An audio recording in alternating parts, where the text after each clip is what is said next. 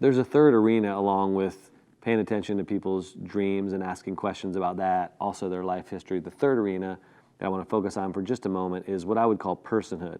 This facet encompasses our core identity, our personality type, our core beliefs, convictions, and values.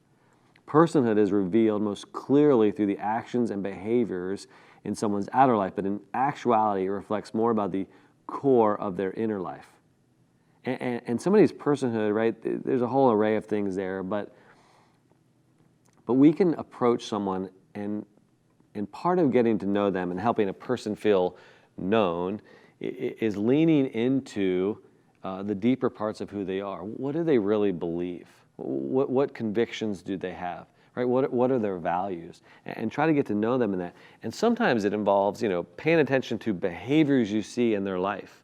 Maybe, they do things that extend compassion to people who are underprivileged, and so you ask about that. Maybe they buy dinner one night for 8 people that cost $250, which I've had happen, and I started to ask this guy about his generosity and where does that come from, and he told me this story about how his parents were always generous to people that had needs around them, and so he wanted to be a generous person too, and that's where his value comes from. I mean, that's just one example, but our personhood is what causes us to shine as human beings.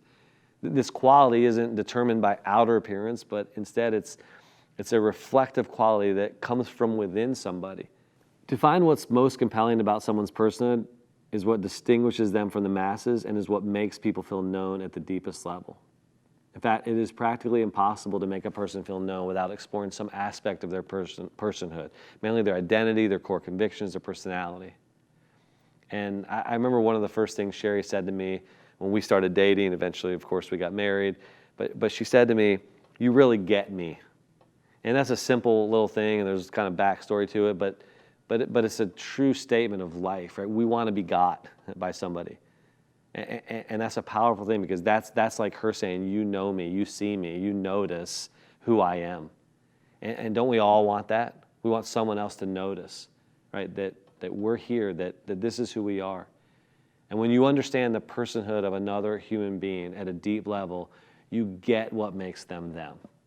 And we're simple creatures in this way. When we sense that someone gets us, it draws us out, similarly compared to a turtle coming out of its hard shell. We are too often tempted to remain under a hard exterior in order to protect ourselves. However, there's a part of us, probably the most important part, lying cautiously within.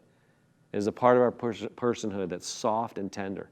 We want to be seen, but many people only bring that part of themselves out of their shell, so to speak, when someone takes time to care and does so in a genuine, loving way.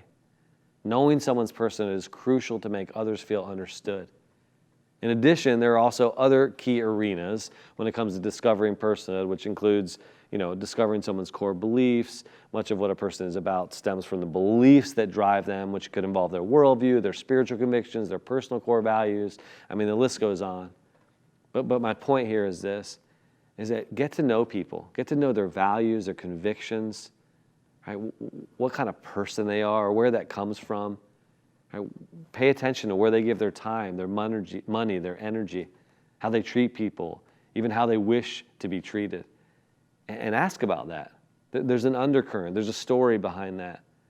Story collectors pay attention to people's dreams, their life history, and their personhood. They ask questions with intentionality and listen to those arenas of people's lives, and they get to know the multifaceted and multi-dimensions of other human beings. They take a genuine interest in them. These are their secrets, and those are the people that are learning and have learned in many cases to love other people well. And that's the goal. That's the greatest aim, as Paul says, as the scriptures declare. Let love guide your life. Let love be your greatest aim. And these are just some practical applications that can help us do that. But listen to people, care for people, slow down, ask them questions, lean into different arenas of their life, get to know them. And when you do, they will feel loved by you like no one else.